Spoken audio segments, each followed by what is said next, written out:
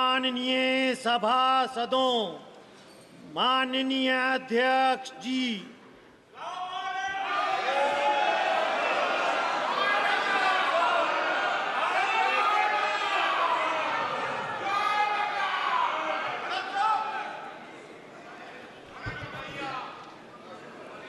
माननीय सदस्यगण, मुझे अपनी ओर से तथा सदन के माननीय सदस्यों की ओर से अंतर संसदीय संघ आईपीयू की प्रेसिडेंट और तंजानिया संयुक्त गणराज्य की नेशनल असेंबली की अध्यक्ष माननीय डॉक्टर तुलिया एक्सन का स्वागत करते हुए अत्यंत प्रसन्नता हो रही है। वे हमारी सम्मानित अतिथि के रूप में भारत की आधिकारिक यात्रा पर आई है। यह हमारे लिए खुशी की बात है कि डॉक्टर एक्सन बजट सत्र को देखने के लिए यहाँ उपस्थित है। माननीय डॉक्टर तुलिया एक्सन शुक्रवार दिनांक 19 जुलाई 2024 को भारत पहुंची। उन्होंने 21 जुलाई 2024 को आगरा का भ्रमण किया और इस समय वह विशेष बॉक्स में आसीन है। हम भारत में उनके सुखद और सफल प्रवास की कामना करते हैं। हम अंतर संसदीय संघ के प्रेसिडेंट के रूप में उनकी भूमिका के लिए सफलता की भी कामना करते हैं। उनके माध्यम से हम तंजानिया गणराज्य की संसद के सदस्यों, तंजानिया की सरकार तथा वहाँ की मित्र जनता को बधाई और शुभकामनाएं देते हैं। माननीय सदस्यगण, जैसा कि आपको समाचार भाग 2 के माध्यम से पहले ही सूचित किया जा चुका है कि माननीय वित्त मंत्री जी के बजट भाषण की प्रतियां हार्ड कॉपी के रूप में उपलब्ध कराई जाएगी।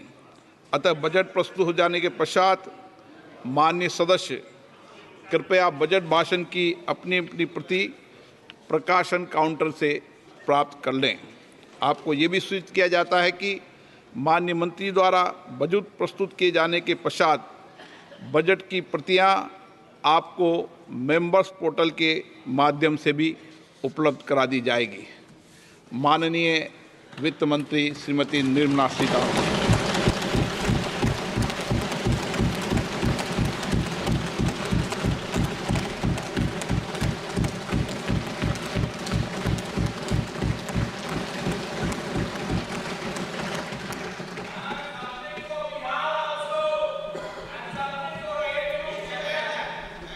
Honorable Speaker, I present the budget for 24-25.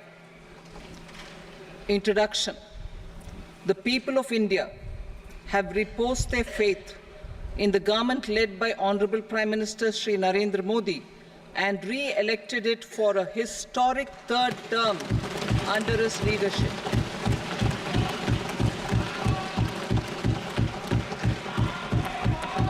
We are grateful for their support, faith, and trust in our policies. We are determined to ensure that all Indians, regardless of religion, caste, gender, and age, make substantial progress in realizing their life goals and aspirations. Global context. The global economy, while performing better than expected, is still in the grip of policy uncertainties. Elevated asset prices, political uncertainties, and shipping disruptions continue to pose significant downside risks for growth and upside risks to inflation.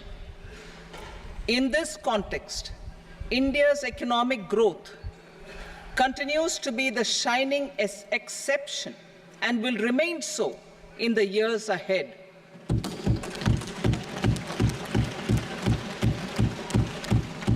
India's inflation continues to be low, stable, and moving towards the 4% target.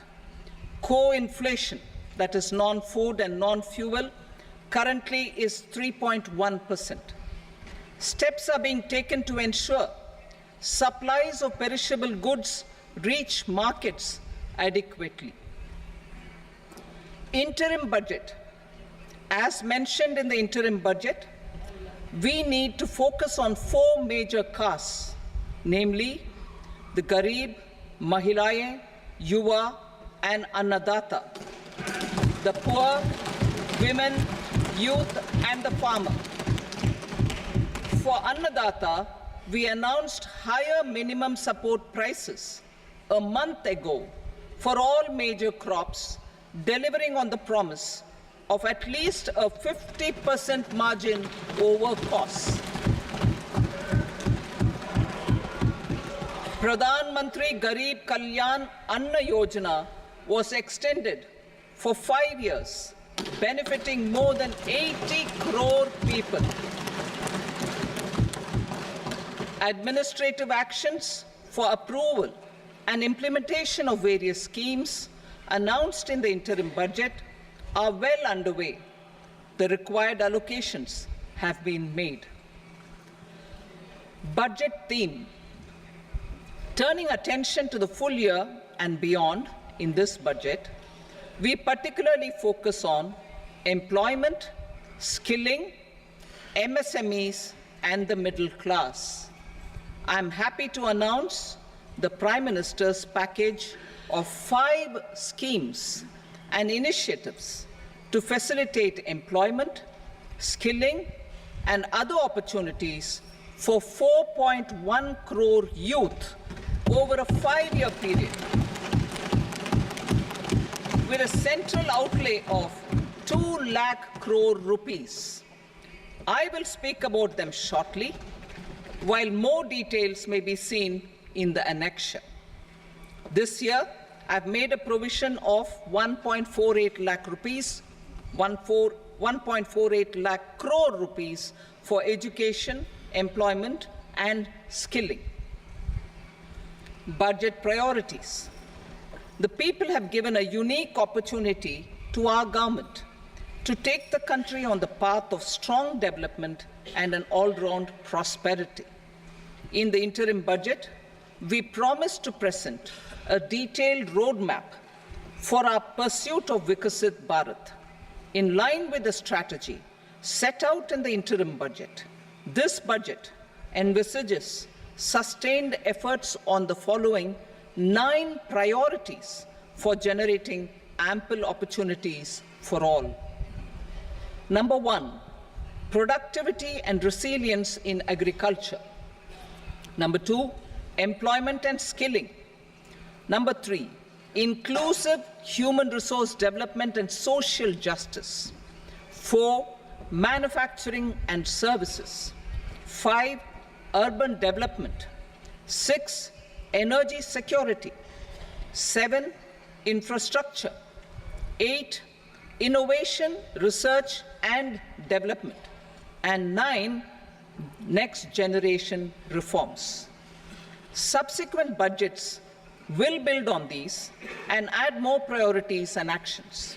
A more detailed formulation will be carried out as part of the economic policy framework, about which I will speak later in this speech.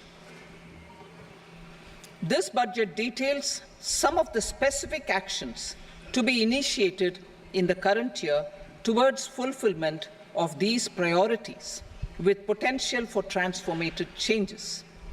The budget also covers some of the previously made announcements with intent to strengthen them and step up their implementation for expediting our journey towards the goal of Vikasit Bharat.